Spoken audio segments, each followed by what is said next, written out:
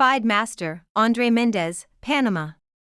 Versus Grandmaster, Levon Aronian, USA. Fide, Chess Olympiad, 2024. A game that today is already part of history, but yesterday was about to become the big surprise of the opening round of the Istanbul Olympiad. Board artist Levon Aronian, 2,729, lost a minor piece in the opening to Panamanian Mendez Machado, 2,122, and was about to bite the dust of defeat. The difference in strength is 603 ELO points. Aronian's superior strategic strength prevailed in the endgame. His black rooks, faced with the defensive deficiencies of his opponent, activated against the white king, and Aronian manufactured a mate net. Let's start with the open section. Here, some formidable players such as Levon Aronian found themselves in hot waters early on.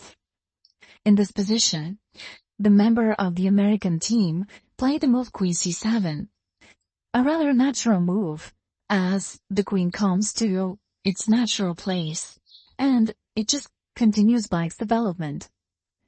However, I can only imagine the bold surprise when he saw the move g4 on the board. The trick is that if black moves away the knight, let's say knight g7, after knight d6, his position is lost. E takes d6 doesn't work, because after e takes from white, this is essentially a double attack.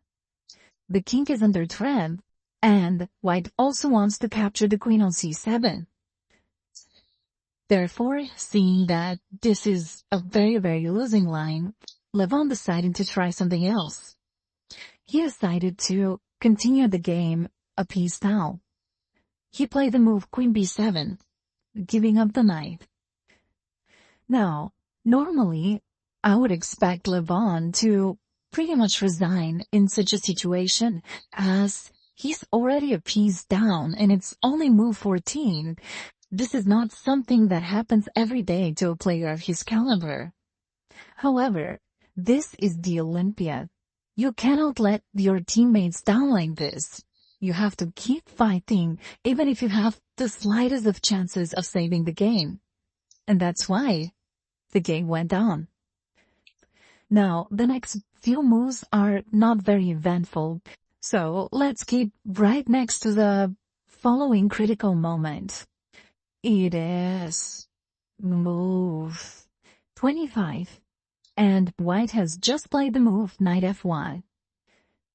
Again, at a first glance, this is rather natural. White wants to get rid of the bishop from h3, and he's also regrouping his knights to a better square. Over the next move, he will play knight e3, maybe even bring it to c4 later on, and eventually, the extra piece would decide the game in white's favor.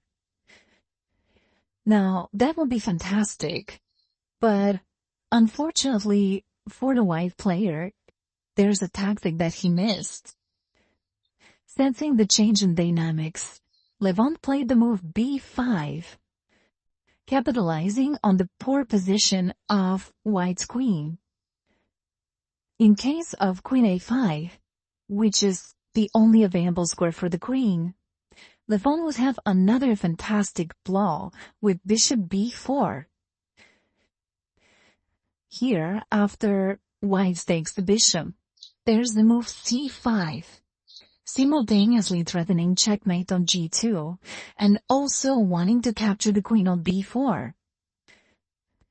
To continue the game, white would need to sacrifice his queen, playing rook h3, she takes b4, and bishop b4. Here, we would have a rather uncommon material imbalance. But in this position, white can actually keep pushing for a win, as his pieces are very well coordinated, and he's likely to keep creating problems for his opponent.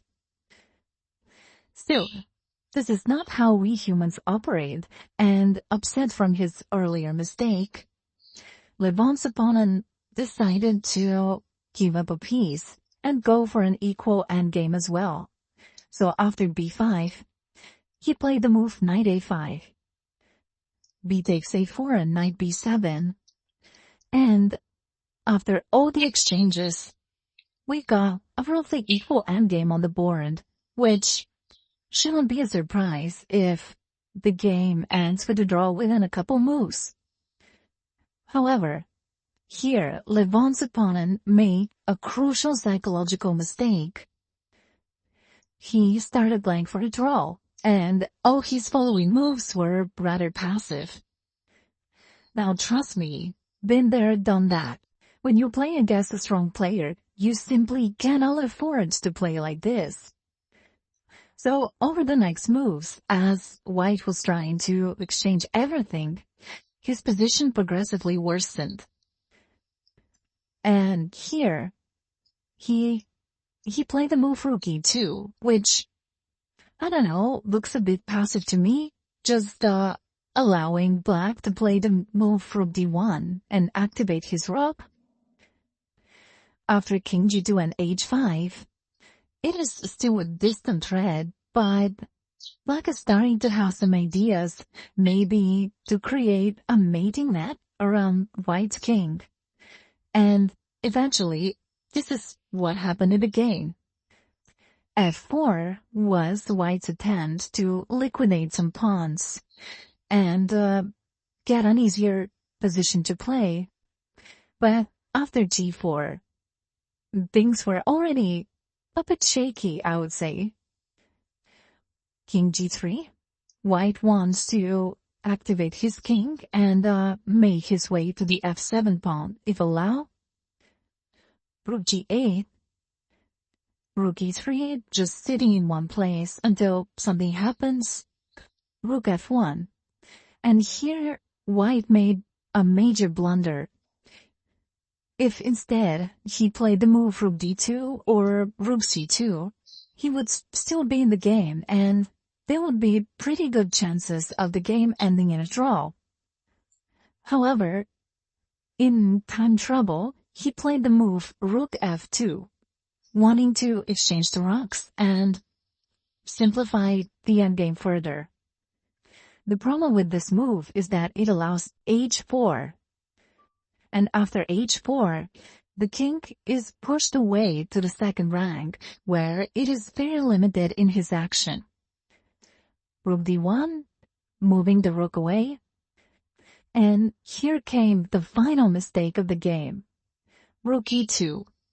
The idea of this move was, I suppose, to chase the black rook away until eventually, they trade and go into an absolutely equal endgame.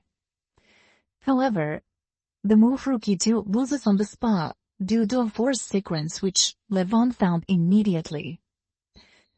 a3, king g3, rook g1, forcing the king to the edge of the board, king h4.